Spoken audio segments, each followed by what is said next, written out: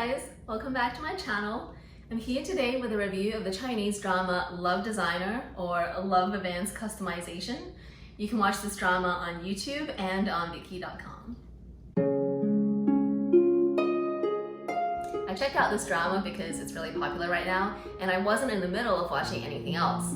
I've seen about 13 episodes so far and I have to say, I'm probably not going to keep watching it. You can probably guess then that my review of this drama is, shall we say, mixed. I'll start with what I did like about this drama, and then I'll go into the details of all the reasons why I didn't like this drama. So this review is entirely my personal opinion, and I don't want to offend anybody. I realize now that maybe I'm just not into this genre of modern romantic career drama. I'm much more into wuxia dramas, or modern campus romance dramas, or political intrigue dramas. Okay, let's get started. So here are the things that I did like about this drama. So the best thing about this drama is Dilraba, Dilraba. I can see why she's so popular right now because she's simply gorgeous. She took my breath away in the beginning scenes when she was in her mermaid wedding dress. I think she has the kind of face and body that looks good both when she's doing a very cute or sweet look and when she's doing a high fashion sophisticated look. In this drama, she looks amazing in almost every scene where she appears, and I loved looking at all of her clothes and her bags. I feel like I need an article that tells me where to buy all the clothes and all the bags that she wears in this show. And looks aside, I thought Dilraba's acting felt really natural in this drama. Even though I can't be bothered finishing this drama, I'm leaving this drama with a very good impression of Dilraba, and I'll definitely check out her future works. The second thing that I liked about this drama is that despite some of the shortcomings of the storyline, which I'll go over in a second, Dilraba's character Zhou Feng is actually a very appealing character. She's hardworking, ambitious, and independent, and she wants to achieve success with her own designer label without help from anyone else. She's also quite decisive and not melodramatic. When her boyfriend cheated on her and then ran away with all the money from the company they jointly owned, she picked herself back up and got on with life straight away. There was no crying to him over the phone and asking him why he hurt her and whether he ever loved her, none of that stuff. And now, onto the things that bothered me about this show. Continuing on what I said earlier about Zhou Feng focused on achieving success on her own terms and without help from anyone else, I found it very annoying that the male lead is a CEO of an e-commerce company who is very much in a position to help her out with her career. I'm in the middle of the episodes where she's participating in a Project Runway style competition that's sponsored by his company, and even though he's supposedly not giving her any special treatment, the reality is the fact that everyone knows that she has a special relationship with the CEO is going to affect her performance in the show ultimately.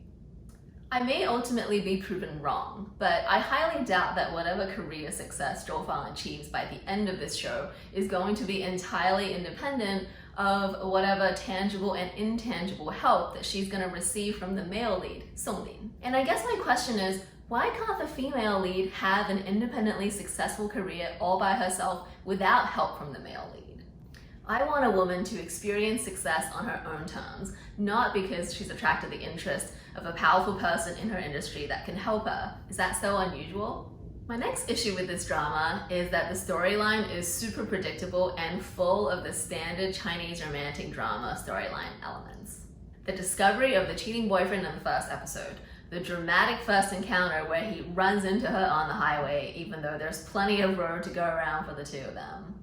The scenario where neither of them have working phones so they have to walk together to the nearest village. Her getting drunk over dinner seems pretty out of character for her. I mean, in the real world, getting drunk in front of a total stranger in the middle of nowhere seems like a very bad idea. And of course, the fact that there's only one hotel and the hotel only has one room, I mean, I just can't. I don't buy it.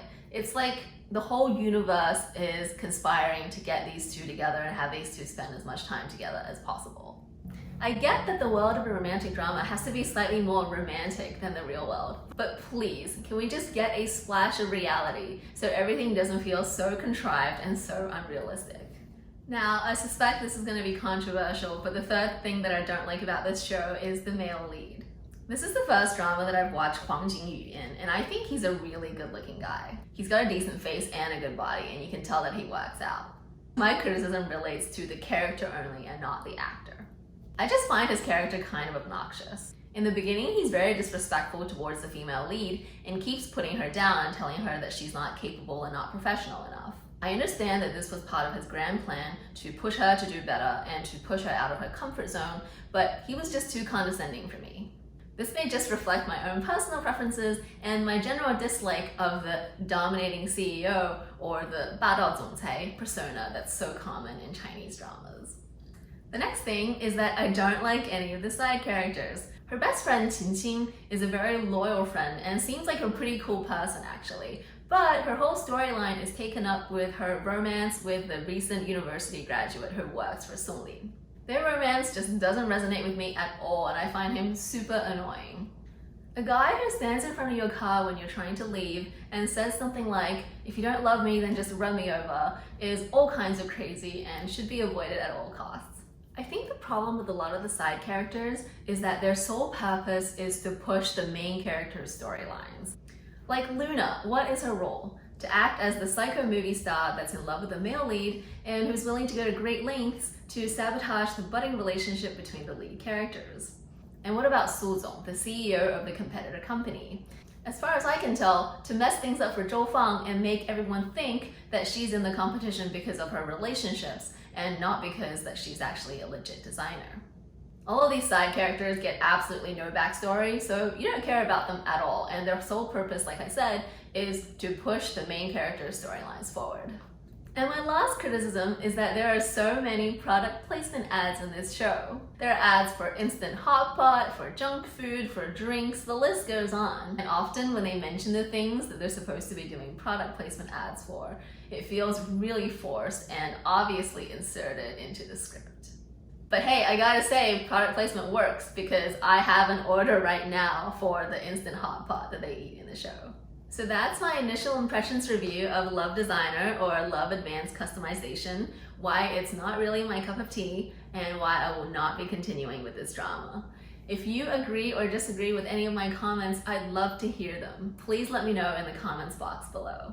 That's it for today. See you all next time.